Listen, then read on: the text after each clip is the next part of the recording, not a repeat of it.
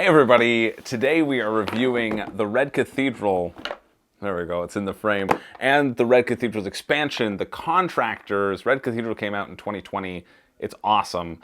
Contractors came out 2022, just this past year, and I finally played it both enough to warrant giving my thoughts on it, which I already have. They're both great. See you later. No, we're going to cover exactly what is in the Red Cathedral, what the Contractors does bring to the table, if you need both, what both offer you, and who this is for, all coming up in this review as you are trying to be the best architect, getting the most recognition and prestige in Russia by building the giant Red Cathedral. And this is a very simple game. It's an affordable game in a small package, but this packs one hell of a punch, and that's some of my favorite games out there that don't have a giant box to try to fight for shelf space. It has a confined, easy to put on your shelf, but easy to take somewhere, and yet provides such a rich and deep experience. Yeah, I don't care that I front load these with that it's good. If you've heard about it before, you probably know it's good.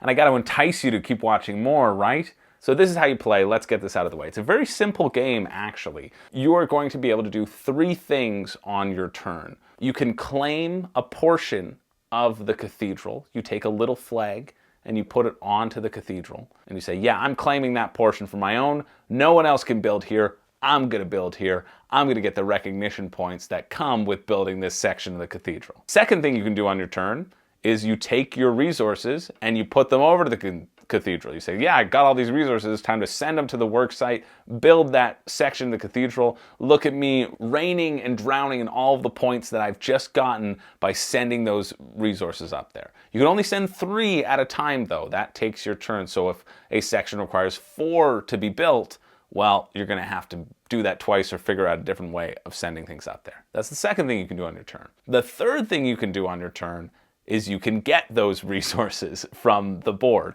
But the board, as you can see here, it's a bit of a rondel where there will be 5 dice around it. And so you grab one of those dice and you move it the number of spaces shown on that dice. So if it shows a 3, you move it 3 spaces clockwise.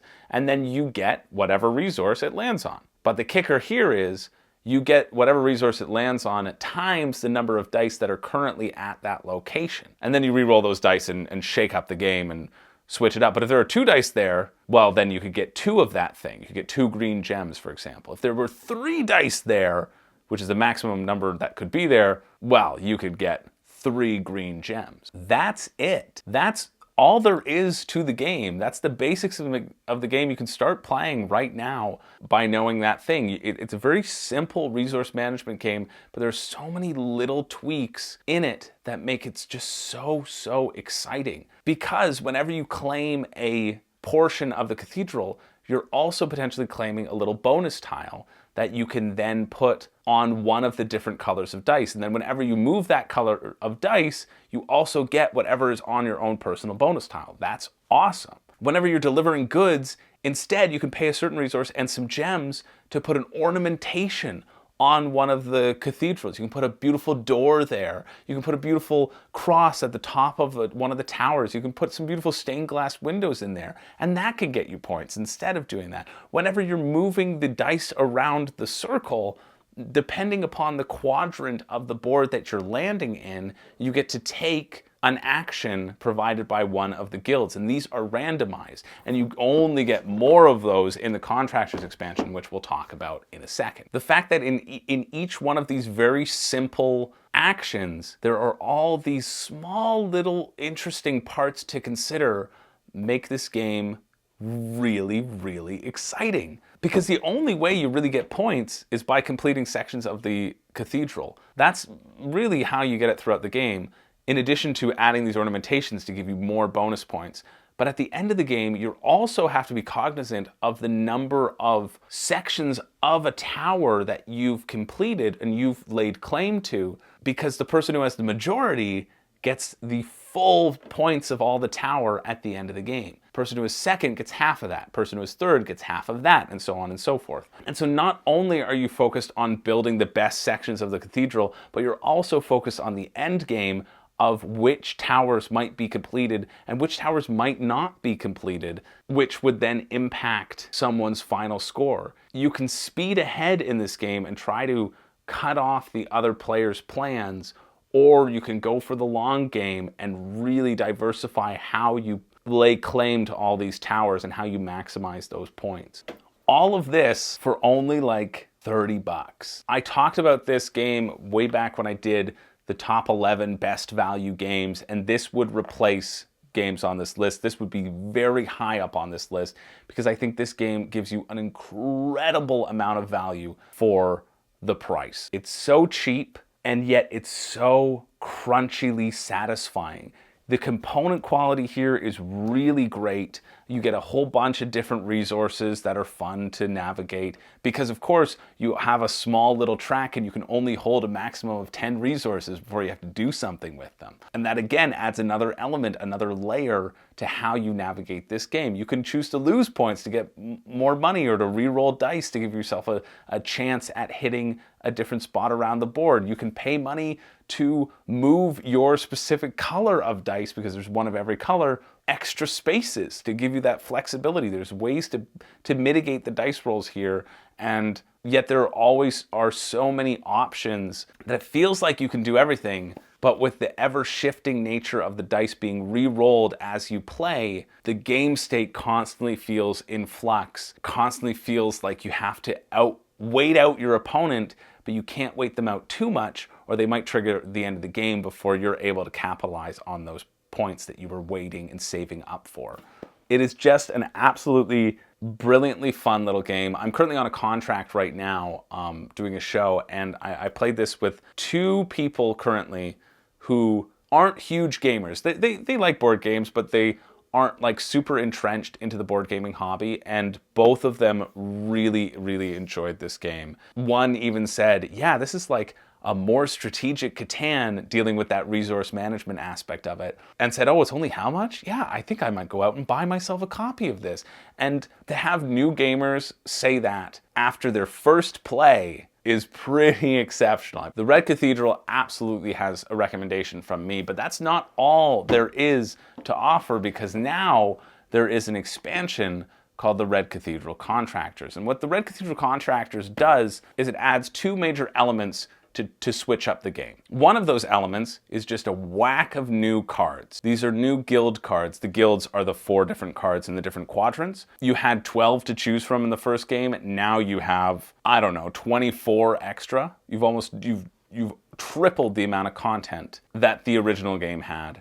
And in fairly meaningful ways, as the abilities in the quadrants become more and more powerful, and you start moving the dice just to get those abilities instead of the resources, which are equally valuable. It also adds in a few more variable setups to set up the towers in different ways, and this is significant because in each one of those variable setups, they reduce the number of towers by 1, which makes it a little bit more of a cutthroat game and a little bit more of a focus on majority of towers. But the major shift that the Contractors expansion brings is this new sideboard and an additional action, along with a couple new resources. The main one being the permits resources. You need permits to send your new little workers over to a board on the side to do a bunch of stuff. They're going to be collecting these abilities, which are now going to be associated with a new black dice. There'll be 6 dice in the ring instead of 5 now. But these are only one-time abilities. And so you only get to use them once, as opposed to the other workshop tiles, the other tiles that you can get through claiming a section of the cathedral. You get to do that permanently. You only get to use these more powerful abilities once. These abilities also have symbols on them, and if you manage to get 6 different symbols, which is very hard, that can score you an additional 16 prestige points, which, when in the base game my average scores were between, everybody's average scores, let's say, everyone who I played with, myself included, were between 30 and 50. 16 feels like a pretty significant amount of points, of extra points that you can get. In addition, where you place these people not only matters for how you access the different tiles, which tiles you can access. The more people that are there, the harder it is, and the more resources you need to spend to place people there. There's also these little cities that are at the top of each tower. And once a tower is completely completed and redundantly redundanted, you'll flip over the city tile and all the little contractors that were on that separate board in that location, nobody else can go there, but everyone who's there scores additional points as well. So it becomes this game of, when do I pull the trigger? Have I put enough contractors there? And again, extends that idea of, do I wait and try to get more points down the line? Or do I go for a quick kill and try to cut someone off before they can overtake me? Which is just a wonderfully fascinating give and take that is only amplified by the Contractors expansion. I think you can tell by now, I really like both of these. The only downside is that Red Cathedral is so compact and efficient. Try as I might, I can't combine both of them into one box, which might make me lean towards just taking Red Cathedral rather than taking Red Cathedral and Contractors to a game night, for example. But this is where I want to talk about if you need both, or when to get the Contractors expansion. Because as much as I enjoyed the new edition, and especially the guilds because of the potential variability that they can provide, and the additional options in a game that is already filled with options presents, I don't think you need it as an expansion. I don't think it's a bad expansion. In fact, I think it gives you more of what you love. I think it gives you even a bit of a longer game, because instead of taking only the 3 actions, you're now taking 4 actions. So it's naturally going to draw out the length of the game as you try and invest in different things. And I appreciate that too, because one of the benefits of Red Cathedral is that it is pretty consistently hitting that 80-minute box time that's on the box. So many games that I've played have finished around that 80-minute mark, and I've been blown away every time that the time on the box is actually the time that it takes. I was gonna it would have blown my mind if I looked at this and it said 100 minutes, because it also says 80 minutes on the back of the box. I think that's a lie now. I think that's the truth. This is a lie. So I like what Contractors gives you because it gives you more of what I already like and love in terms of the decision space of the game. But I also think that it is not necessary. And I was sent both of these by Devere Games for review purposes. And I'm thrilled that I have the Contractors expansion, because I think I will swap it in and out. But I absolutely do not feel it's necessary in the slightest to play this game. If you have Red Cathedral and you've owned it for a while and you feel like the experience is starting to get a bit stale, and honestly, I don't see Red Cathedral getting stale for me for a very long time, because the amount of variability that's already in this base box is so significant. And the game's going to play in a similar way, but differently every time. But if you are feeling like Red Cathedral is a bit stale, then Contractors is a great thing to pick up. It's fun. It adds to the game without being overwhelming. You can teach new players with this as well. One of the players who I played this with today had never played with it before, but I wanted to get another play in with Contractors before I talked about it, but they were able to pick it up very quickly. Their downside ended up being that they wanted to do more things when they should have ended the game sooner. And if they'd ended the game sooner, they had a good chance at winning. But since they extended it, it allowed myself and the other player to snowball and enact the plans that we had been trying to enact, but we wouldn't have gotten to because one of the players was so efficient. But I don't think you need Contractors whatsoever, because I think Red Cathedral is just such a solid game on its own that having Contractors with it is kind of icing on the cake, but only should be there for people who want a little bit longer and a couple more options for this base game. I really like all the different quarter powers. They're called guilds, the 4 cards that you draw randomly into a set. I really like all of them. And there's a lot of fun things Contractors provides, but I absolutely don't think they're necessary. That being said, I wholeheartedly recommend Red Cathedral. It gets the Room and Board seal of distinction because it is just a wonderful example of resource management that is accessible, that I've tried with people who are new to gaming,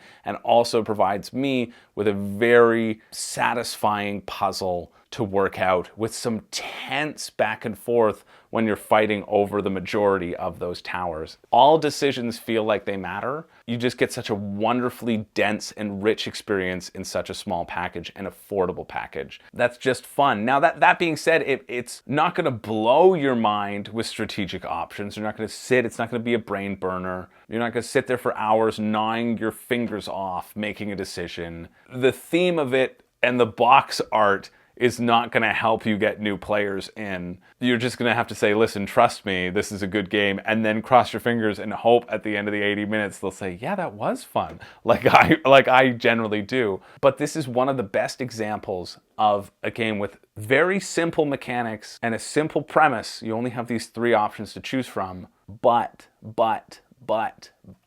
that keeps delivering on the promise, and that I am so thrilled that I've gotten to play, and I've really enjoyed all of my plays of it. I think its drab theme puts it down a little bit for me, but when I want a game that's just focused on simple mechanics, I think it does what it does very well.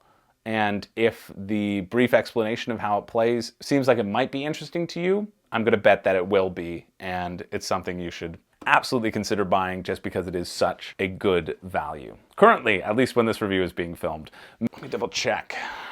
Currently at 401 Games, this is on for 33 bucks Canadian, and then this is 25 bucks Canadian. That's a steal. Even combining these two together as one game, it's absolutely worth a $60 game. But honestly, I feel like this, the quality of game that you get, you would see in another game that would charge you 60 bucks as well.